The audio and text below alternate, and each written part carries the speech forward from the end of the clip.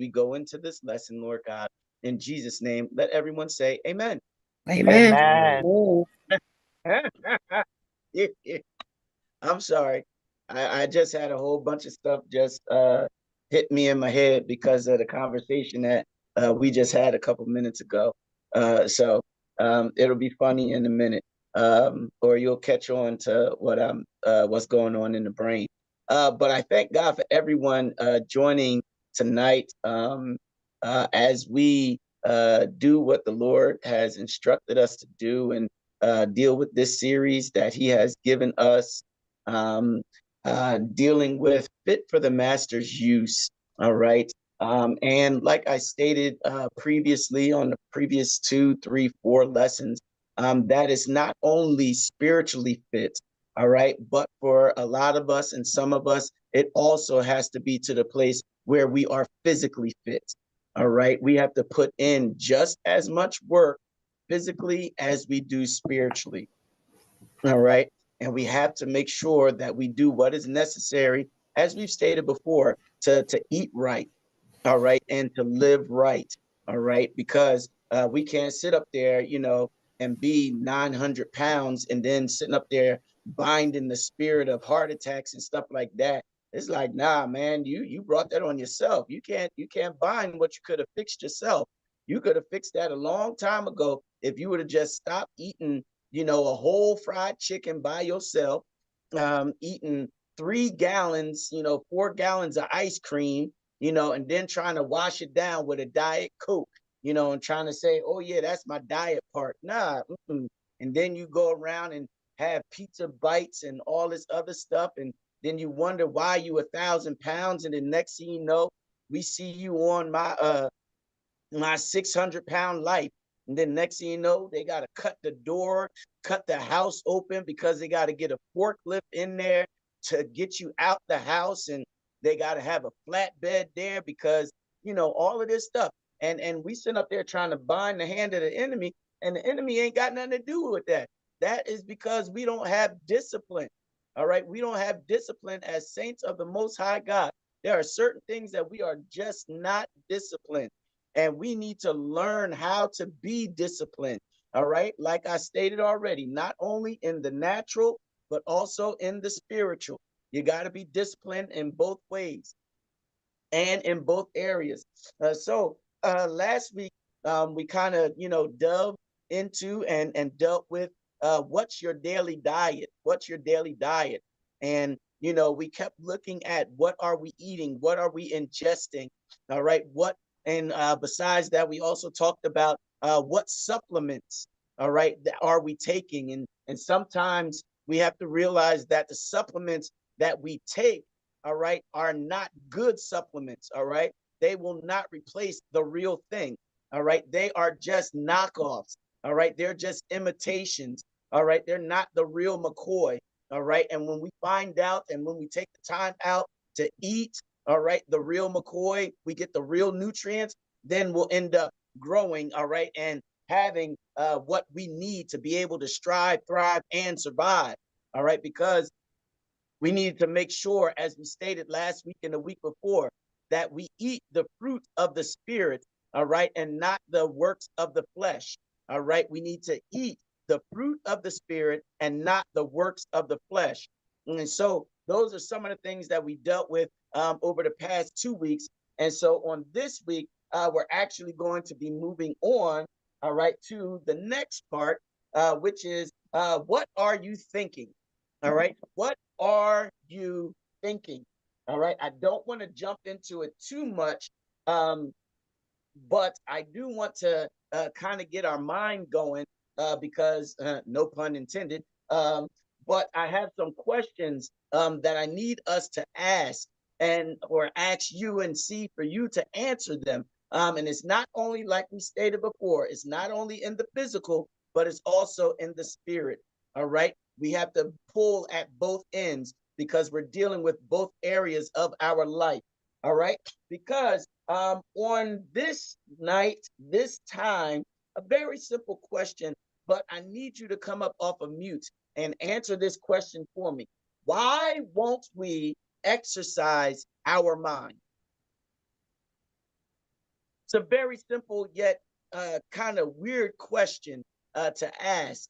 Why won't we? And that's a funny thumbnail that you got with the guy sitting up there thinking, Brother Rodney. Why won't we exercise our mind? All right. Why won't we do that? Somebody come up off of mute and answer that question for me. Why won't we exercise our mind?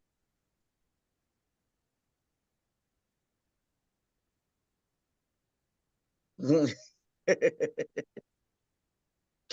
right, here I go. It's a weird question. I know. Yeah, I think that, there's so much noise going on in our head that we can't separate the noise from the needed thought that we need to make. And then sometimes the things that we see, they seem like what we see, but they're not really. So a lot of times we'll look at something and not really understand, or we'll hear something and not really understand. So we get fatigued figuring out, trying how to sort it out, and then by the time we get fatigued thinking about it, something else jumps right back in and takes our focus off of what we had really intended. We have to come back to it. It's one of those I'll get back to it later type of things. Yeah. Not enough information. Or could it be that it's too much information? Could be. True that. Yeah. True that. Yeah. Someone else want to jump in and dump some crawfish or okra in this gumbo? Good evening, everyone. For me, sometimes we don't exercise our minds because, as Elder Guy said, it's time. We're too busy doing so many other things. And it takes time, it takes patience, it takes commitment. We all know the old saying that knowledge is power, and as Overseer used to say, a mind is a terrible thing, even though the commercial said a terrible thing to waste. And so we don't want to put in the effort and the energy that it takes to exercise our mind, right? Because the more we learn, the more accountable we are. Okay. So we don't want to do that because it's easy to say, I didn't know. But when we exercise our mind, there's a responsibility that goes with that. Right? Because if I can go, Bishop, this direction, to him that know to do right and choose to do wrong, to him it is sin. So if you know better, you should do better. So if we don't exercise our mind, we don't take in the scriptures, we don't learn them, we don't spend that quality and quantity time in the word or any other thing for that matter, whether it's schoolwork or whatever, we feel there's a certain level of excuse that we can use that we didn't know. All right. But just to reel it in and tie it with a ribbon and a bow, as they say in the world, ignorance of the law is no excuse. So you can't use that excuse because it's there at your disposal. All right. Okay. Bishop, too, sometimes we're just lazy. We're just lazy. We don't want to exercise our minds. A lot of times we're going to figure, it'll work itself out and I won't have to worry about it. Yeah, we want to hear if you know what's on my mind. Right. Yeah. And I also believe it's generational. Like the older generations will work, exercise their mind, but as younger generations are given everything to them, not really forced to have to do any exercise with their mind. They don't know how to struggle to exercise their mind. So they will tend to give up, or just instead of the ones who are raising them, allow them to struggle, they'll just give it to them. And therefore there is no need to exercise, where the older generation had no other choice. Like we had to figure things out. We had to figure out what to do, A, B, C, D.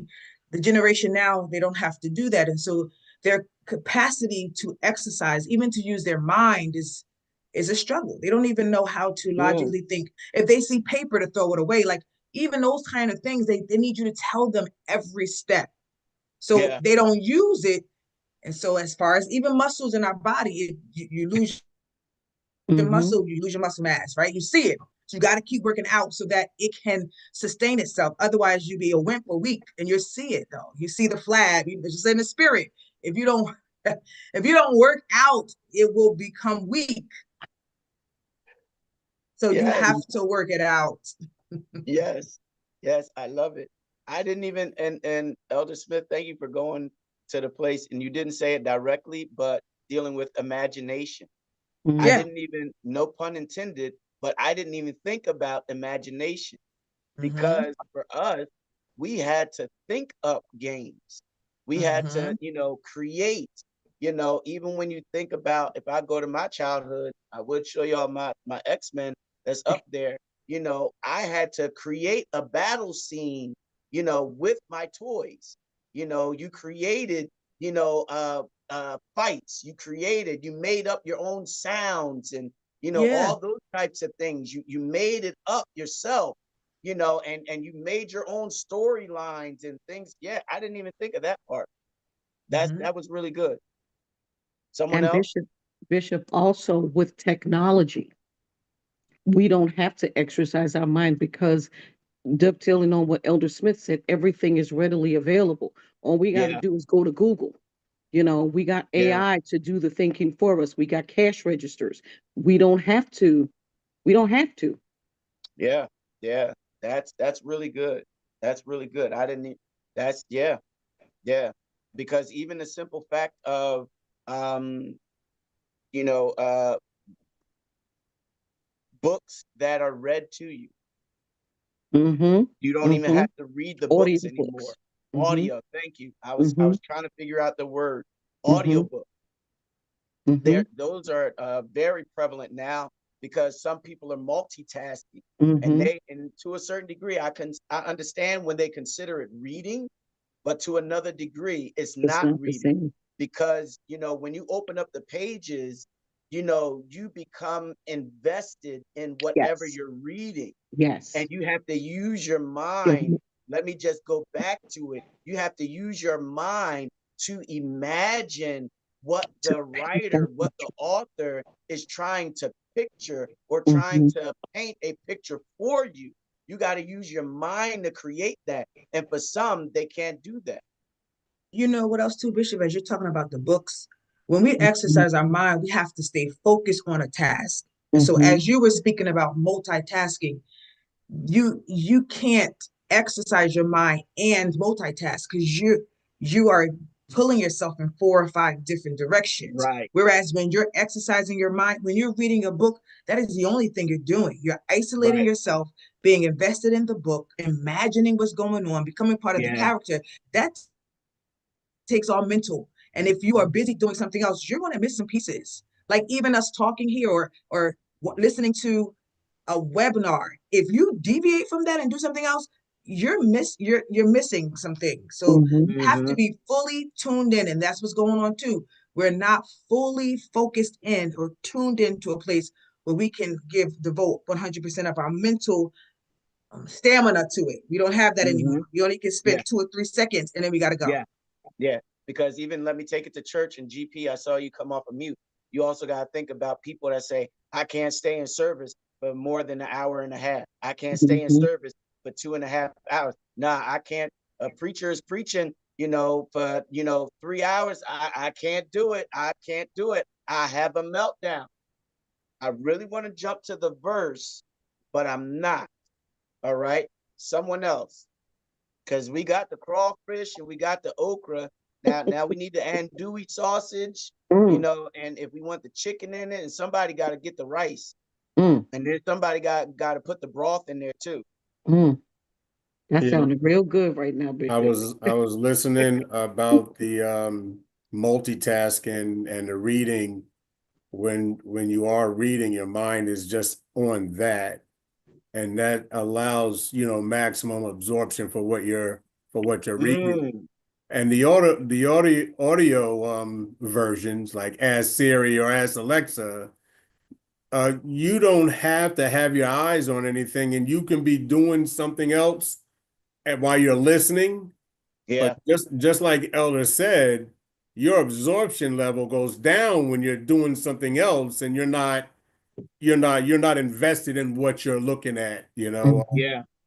So I think it is painful, like just like we had the 18-inch ruler with the metal strip on it go across our knuckles. If our penmanship and our cursive wasn't right They in don't even fourth write cursive grade, now. No, at all. They do not write cursive now. no, that's what I'm saying. Exactly. They don't do it. I saw some young people. I said, sign your name here, and they started printing. I said, no, sign it. They was like, what? That is signing it for them. So I mean, like that's exercise that never happened, and we can see, like she was saying, generational shift is a lot that's been lost. It's a lot that's been lost. Yeah, yeah. Because I'll say this, and and I'll let somebody else come in, because I never got a chance to ask my dad, how did they make a high-powered slingshot out of I think it was two coat hangers, wire coat hangers, and a rubber band. He never told me how to do it, I'll because he show knew you. I would go and make it. But yeah, it was like a wrist rocket. He never told me how to make it, and I didn't take the time out to figure it out. But the little things like that, that helps with our mental acuity. All right. That helps with our mental acuity, because even I'll even put it out there, for some that do this, you'll scroll, all right, Facebook, but the TV is still on, or the laptop is still on. And I'm sitting up there like, how in the world are you paying attention to the TV or to the laptop or to the tablet when your fingers just scrolling up and down through Facebook? I was like, you need to put one down or pause one and pay attention to the up, because it's a waste. It is. It's just the sound that's needed. That's bad too. Yeah. But It's you just know that what? background sound. Sorry. Yeah. Sometimes we don't exercise our mind also because we don't, just plain and simple, don't know how to. Right? Because when we were young, when we first started reading, they gave us a book and it had pictures in it. And so the picture showed you what the word said. But as you grew older and you learned to exercise your brain, you drew the picture in your mind based on the words that were on the pages, right? And so it came alive to you. But we're not taught that anymore. No. Reading comprehension used to be one of the requirements, and retention is not pushed like it was when we were younger. So sometimes people just don't know how to. Yeah, because you kind of dovetail into the next question. I'm gonna put it up. Brother Rodney's gonna put it up on the screen, but I'll go ahead and ask it, because the next question is, how or why do we get to a place where we feel like we cannot learn? All right. How do we get to a place where we feel like we can't learn? Or why do we get to a place where we feel like we can't learn? We cannot learn.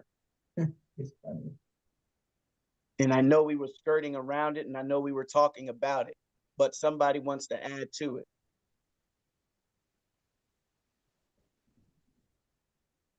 Yeah, that's a fully loaded question. Because I want to jump into next week's questions, but I'm not going to do it. I'll take a stab at it, Bishop. Okay. Sometimes when I know with boys, when they struggle, if you can get them to get the basics like in third, fourth, fifth, maybe grade, they can excel. But if they get up in eighth and ninth grade and they don't know how to sound words out and pronounce them, then they get teased and then they just shut down, Oh, that's and interesting. so it's important that we we stay with them and help them through that struggle, so when they get to the eighth and ninth grade, they can excel like everybody else. But once you fall behind and Yeah. you don't get the basic, it's not impossible to catch up, Right. but anything hard, they don't want to do it. They don't want to do anything hard. We didn't, I look at the skateboards. We didn't have skateboards. Mm. You know, my brothers took our roller skates apart and made skateboards. Right, right, You figured it out. right. They figured it out, you know? Yep. And even with a scooter, with the scooters, they figured it out, you know? Mm-hmm. And I think, and with this, Tactile. yeah, yeah, and with the technology stuff, it's just, and you know, I see it all the time. We just throw it in their hands or put it on TV so they can keep quiet because we got so many things to do. And that one-on-one, Mm. There it it is. grieves my heart because especially with boys. And then when they get to the 10th, 8th and ninth grade, they dropping out, they hanging with the wrong crowd. And Yeah. once they get there, it's not impossible, but it's hard to wheel them back in, Yeah. Yeah. and so it grieves me when a parent don't take time with homework and sit down with the kids and with homework. It's even if you have older sibling that can sit down with them while the parents cook. And I remember Mm-hmm. teaching my sister. A lot of them might not remember my sister Wanda, but I taught Wanda her ABC. I was 8 years old when she was born. So if Wow. she was 2, I couldn't have been no more than 10.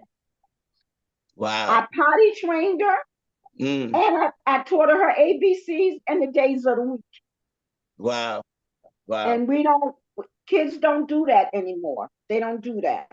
They don't do that. Yeah, because I'll put my kids on, not on blast, but adding more weight to what you're saying. There was a lot of stuff that Omar was doing in school that Elijah was learning while Omar was learning it because Omar was sharing it with him. Yes, that Mhm, happened. Yeah. mhm, Yeah. And so he was sitting there right next to him, and they were right mhm, there at the Right. table working Yeah. on their homework and doing what needs to be done, and they were learning it together. And that's why, like I said, I tell the queen in a minute, we see now the benefit of her being able to stay home Yeah. because the children benefit from that one-on-one. And it was a sacrifice, all right, all around. But because she did that, it was a blessing because they were able to. All right, somebody else. Bishop, I'm looking at it in 50,000 different ways. Uh-huh. It could be also age. You said how or why do we get to a place? Yeah. Sometimes your age make you feel like you don't want to learn, or where you feel like you cannot learn anything else. You've learned to the max. There's nothing new that you need to learn.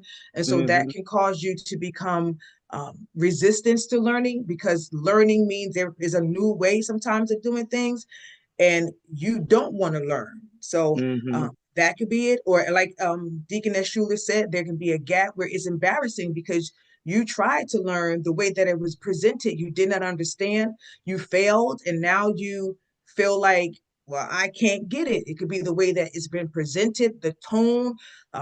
Has it been broken down enough for you to grasp the concept? All of us learn in different ways. So depending if it's just one way of teaching, you can't understand it, and sometimes you feel like you can't learn. So Yeah. Or there'll be a it's like lot of that. those different things. And like Deaconess Shula said, even about the boys, if you are in 8th grade and you're reading on a 2nd grade level and you can't pronounce the words, well, you feel like you're dumb. You feel like you cannot learn. Yeah. And then if you hear that you cannot learn, that will go into your mind. And now, Yep. even though you can learn, Yep. that mhm. block now Yes. tells you cannot Yes. learn.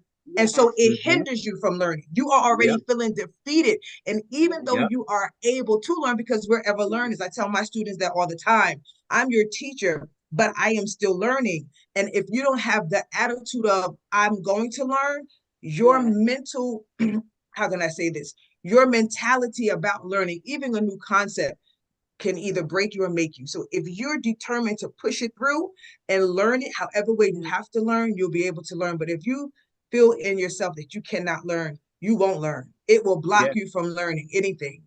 You know, Yeah. it'll be difficult. Yeah. Or if not that, it has to be something that you're interested in, Yes. Yes. something that catches your interest. It True. has to be something about it, even if it's math, even if it's, computers, even if it's email, even if it's learning Facebook, even whatever it is, it has to be something that catches or grabs your attention so that Mm-hmm. you'll become invested in it, so that you will want to do whatever it is. But if it doesn't catch your interest, if it doesn't like grab you, that can be another reason why you're resistant, all right, to learning or resistant to trying. And even being able to apply it. I know sometimes our kids say, "Why we got to learn this?" Like you're talking about. Yeah. Why am I learning Algebra. this? So if it doesn't make sense, then you're not going to, like you talked about, have a desire to learn it because you don't understand how it applies. How can I Yeah. use this? Yeah. Yeah. And what we are all alluding to is the verse that we're coming from, because the verse that we're coming from on today is found, it's a very, very familiar verse. It's found in Proverbs chapter 23, verse 7. We've all heard it before. For as he thinketh in his heart, so is he. Uh-huh. All right. Eat and drink, saith he to thee, but his heart is not with thee. Mm. Look at that. You think about that. For as he thinketh in his Mm. heart, so Mm. is he. Just that first part of that verse. You can Mm. even look at the last part of it also. And all right, eat and drink, saith he to thee, but his heart is not with thee. Mm-hmm. And you got it, and we have to understand that the verse that we're dealing with is that very thing. What Mm-hmm. are you thinking? What are you thinking about? All Mm-hmm. right, what is your belief? Because the point that we deal with on tonight, Elder Frazier already stated it, which is this: the mind is a terrible thing to waste. Mm-hmm.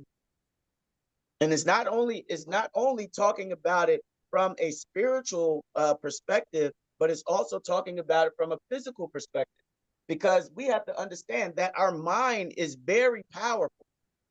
Our Mm-hmm. mind is very powerful. All right. And especially when you talk about certain people and you talk about certain things, when they are really invested in something, oh, there is nothing that's going to stop them. They will understand it. They will learn everything about it. They will know all the ins and outs. They will stay up on the new technology, whatever's coming out, whatever's come down the pipe, even if it's something that just came out at the end of this year, but the newest one came out at the beginning of the year, and now something newer came out at the end of the year. Oh, yeah, they're going to flip and they're going to get the new one. Why? Because they're going to stay up on whatever it is, because it's in their wheelhouse. It's what they're thinking about. It's what they desire. All right. And especially when it comes to certain people's profession that they love. All right. I told us before, and I'll remind us, there's a difference between you love what you do and you like what you do.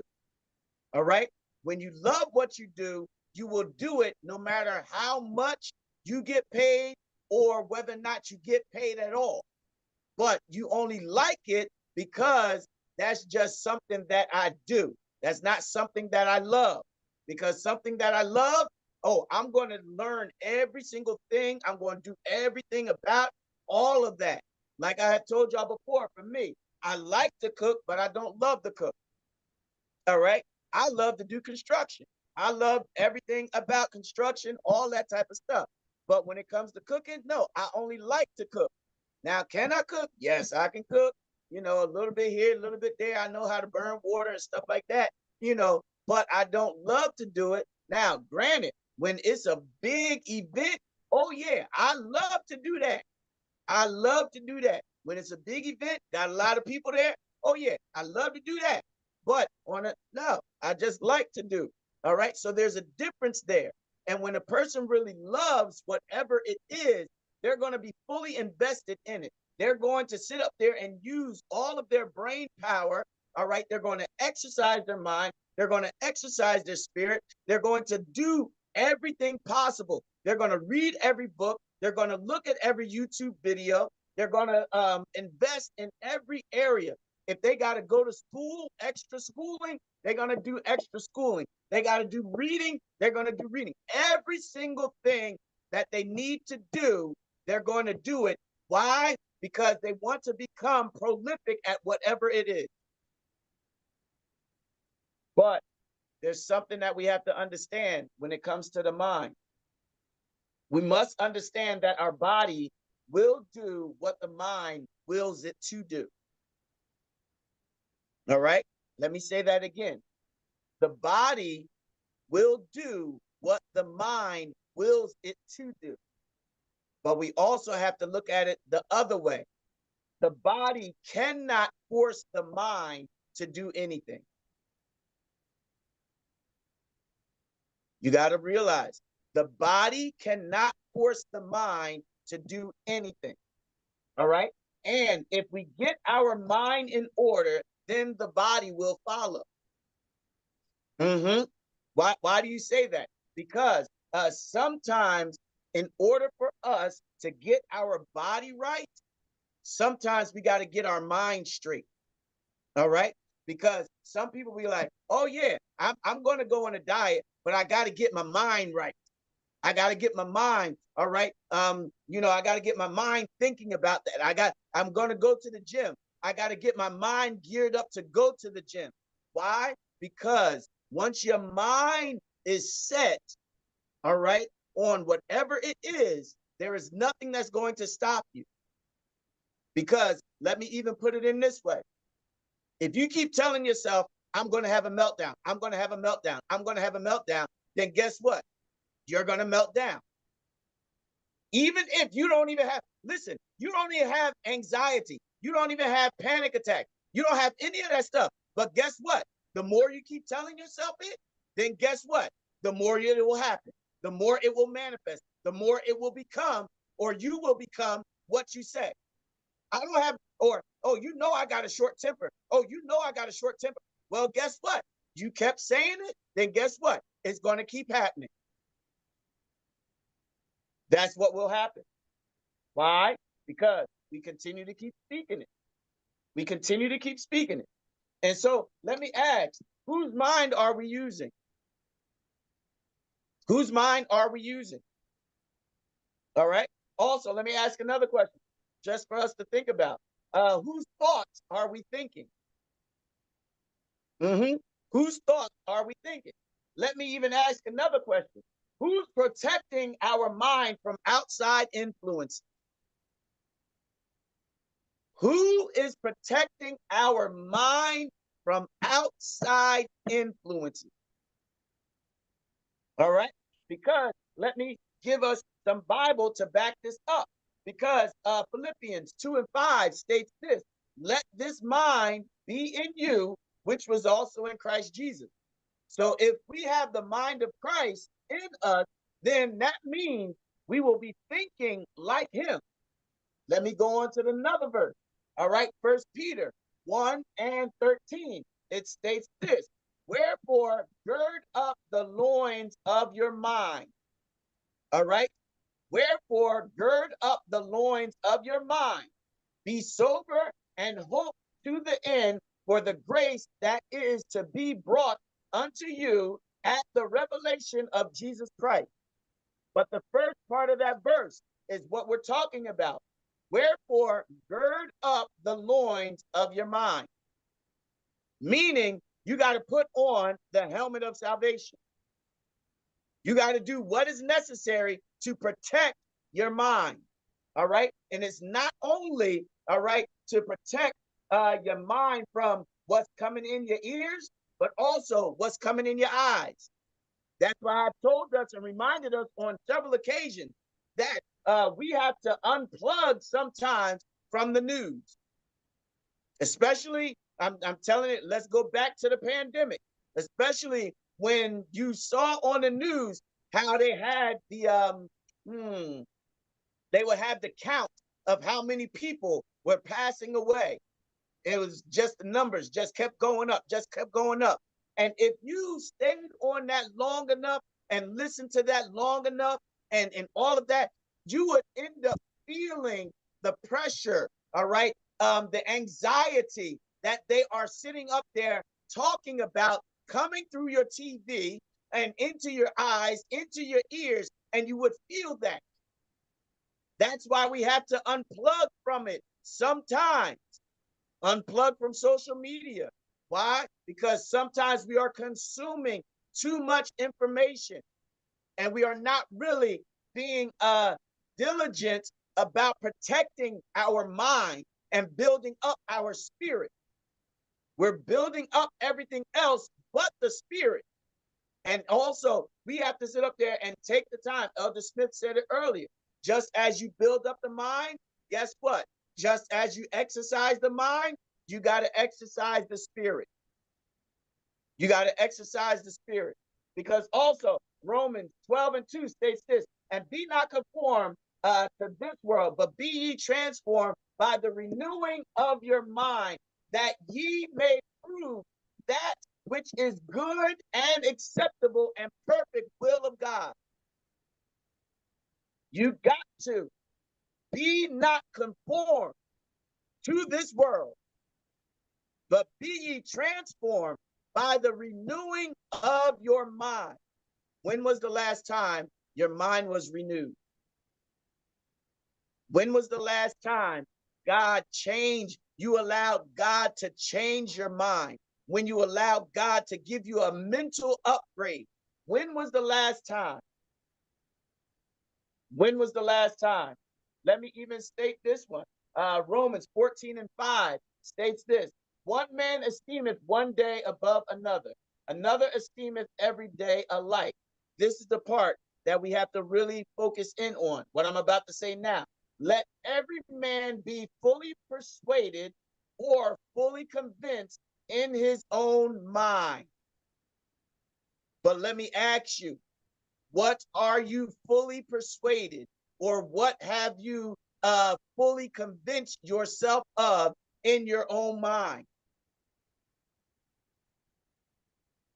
Because we have to push ourselves to do what is necessary so that our mind will not get caught up in the things of this world. And like we already stated, and it's already been established, the more you say a thing, the more it will become a thing. All right? Because you sit up there and say, I can't take these tests. It just doesn't. Guess what? You keep saying it, then it's not going to happen. I can't learn this information. You keep saying I can't. All right? And guess what? You won't. All right? You say, this doesn't, and like I stated, I understand when it doesn't grab your attention, because there are some things that, listen, it just don't grab our attention at all. So we are not interested in it whatsoever. And I do mean whatsoever. It's not that, it's none of our attention. We can't, listen, let me see. Dawson's Creek, all right? Pull out an old show. Some may not even have heard of it. I would not be able to watch Dawson's Creek. Why? Because it does not grab my attention. It does not get my attention at all. I don't care anything about it. But when you talk about something like Found, Law and Order SVU, you talk about something like that, Chicago PD, oh yeah, you're going to have my attention all day, every day. Why? Because it grabs my attention. It's something that I'm interested in. All right? When you talk about watching preachers, especially like I stated before, those who are anointed, called by God, yeah, you'll have me all day, every day. All right? Even the queen says, sometimes she can't watch them at night, because even when I'm asleep and she'll have a preacher on or a praise break on, my feet start to going while I'm asleep. I could be dead. I mean, dead, gone, knocked all the way out. But as soon as I hear it, it just, there's something about it that ignites my spirit, and it wakes me, almost to say it wakes me up. But let me ask you, what are you thinking? What's on your mind? Are you exercising your mind? Are you doing what's necessary to gird up the loins of your mind? Are you excited about, all right? Are you thinking about doing what's necessary? Are you fasting and praying? It's even like Bishop Young, like I've told y'all before, one of the things that he's even said, you got to get your mind in a fasting mode. You got to get your mind in a fasting mode, because you can't just all of a sudden just say, I'm going to fast on the day. I heard Bishop S.Y. Younger. He said, now this is an interesting question and an interesting thing to think about. I'll let y'all hear it, because he said it's really interesting how when we are not fasting and we don't remember to eat, we can go all day long. But when we put our heart and our mind on fasting, then all of a sudden, everything looks good to us. We can't go until 12 o'clock. We can't go till 10 o'clock. We can't go to 4 o'clock.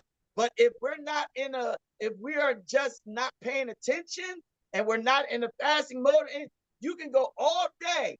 The donuts will be there, the pizza will be there, whatever it is. The bacon, egg, and cheese will be there, whatever it is. You ain't going to pay it no attention. You're not going to want to crave it. The Twizzlers could be there, the coffee, the Pepsi, whatever it is. It could be there, but it ain't going to affect you none. But as soon as we called on a fast, they want to take everybody out to lunch. They want to have all this food there that you know that you can't eat. And all of a sudden, you getting hungry. You're like, oh, wait a minute. Now, let me move on. Because it's something else that, as I was getting the notes together, that I found, I don't want to say interesting, but something a little phrase. If a person is depressed, the body will always follow the mind. But the mind will not follow the body, because the mind is controlling the body. Because you never found a person where just only their mind is depressed and their body is happy. Their body is just, just joyous, just all of that. No, when a person is depressed, when a person is oppressed, it affects everything about them. Everything about them. They may mask it and do a pretty good job, and some doing an excellent job at masking it. But for others, nah, they shut all the shades. They wear all black. They don't brush their teeth. They don't wash. They don't do nothing. All of that. They don't do their hair. They don't shave. Nothing. Why? Because it affects my whole being. Everything about me. But let me tell you something. When your mind is right, when your mind is made up, there is nothing that's going to stop you. You're going to do exactly what you need to do. And then besides that, you'll go above and beyond. You'll even be excited your mind will have your body so excited to the place where that excitement will become infectious to somebody else who was not even interested in whatever it is, but because you were excited about it, that excitement that you exuded from your mind through your body ended up jumping onto somebody else. I'll give you a case in point. There was one time when Sister Maria Robinson, she was questioned by Brother Clyde Crowder as to why did you give, back then I was just Lamont, why did you give Lamont a blank check to go to the music store to buy whatever they needed. And her response was, he was so excited about what he was going to get that I didn't even think nothing about it. I just signed the check and gave it to him and said, go get what you want. And they're like, don't do that. Thank God that I was, very calm and cool and collective about it. But yeah, they just signed the check, blank check, made it out to, I think it was Guitar Center or Sam Ash. I went up there, boy, Lord Jesus. I ain't spend a whole lot, but they ended up looking back. It was like, don't you send him up there with a check again. You sending a musician to a music store with a blank check. Don't do that. Don't do that. That's like, let me put it this way. That's like you giving your wife your credit card and said, go shop. And she'd be like, what's my limit? Don't worry about it. Then she'd be like, what? Yeah, you end up broke, maxed out that joker. Why? Because she'll find everything and anything. She might even buy some stuff for somebody else too. But we have to understand, is your mentality, all right, because of what you're thinking about, is it that infectious to everyone else around you, that to the place where they get excited about it? They get there, they're like, oh man, what are you thinking now? What are you seeing now? What are you looking at now? Because that's, let me even put it this way. That's what happens when you have forward-thinking leaders. They are forward-thinking leaders are one that they have an eternal, all right, let me see, eternal amount of energy, endless energy. Why? Because they're always thinking. All right. They're always thinking ahead. They're always looking ahead. They're always looking at, what can we do next? How can we do this? How can we do that? What needs to be done here? What's next on the plan? What's this? And when you find a leader, when you're a leader like that, all right, everybody wants to be around you, but you have to be selective of who's around you, but you also have to be selective of how much you let out. Because some look to be with you, but only to kill what you want to do. They're there to pick at your mind, but they want to pick at it so that they can find out what to pray against. Yeah, keep it 100. Thank you for telling me that. You gotta watch them. You gotta watch them. That's why sometimes as leaders, you can't, I stated already, you can't share everything. There are some times when there's some things you got to keep it close to the vest. You got to keep it close to your heart. You got to keep it in your mind. Why? Because they will take whatever you say, whatever you do, and they will either pray against it or they will do everything that they can to make sure it does not come to pass. And listen, let the record show. That's why Joseph got into trouble that he got into, because the Lord showed him what was going on and what was about to happen, but he was supposed to keep his mouth shut. He ran his mouth too much. And as he ran his mouth, he was supposed to keep it to himself. And imagine what it would have been like if Joseph would have kept his mouth shut. Some of the stuff that he went through, he would not have gone through. Let me tell you this. Some of the stuff that some of us have gone through, the stuff that we're thinking, we're supposed to keep it in our thoughts. But you end up going from it being a thought to speaking it out. And what ended up happening is you ended up in something that you had no business ending up in, because you spoke it out of your mouth.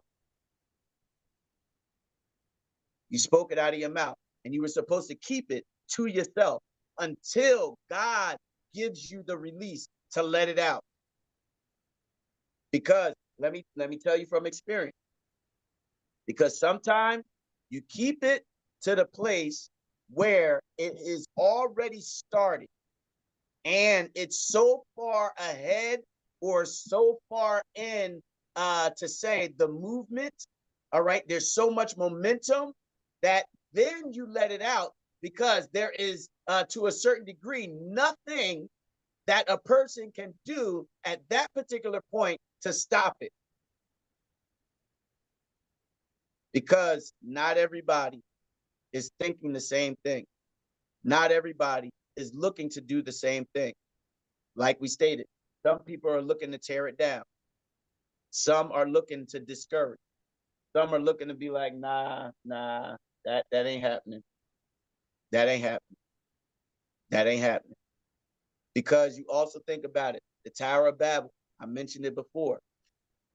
Reason why the Lord confused their language, because he basically said, paraphrasing, listen, when these people, when they all lock together, when they all lockstep, there's nothing that these people can't do.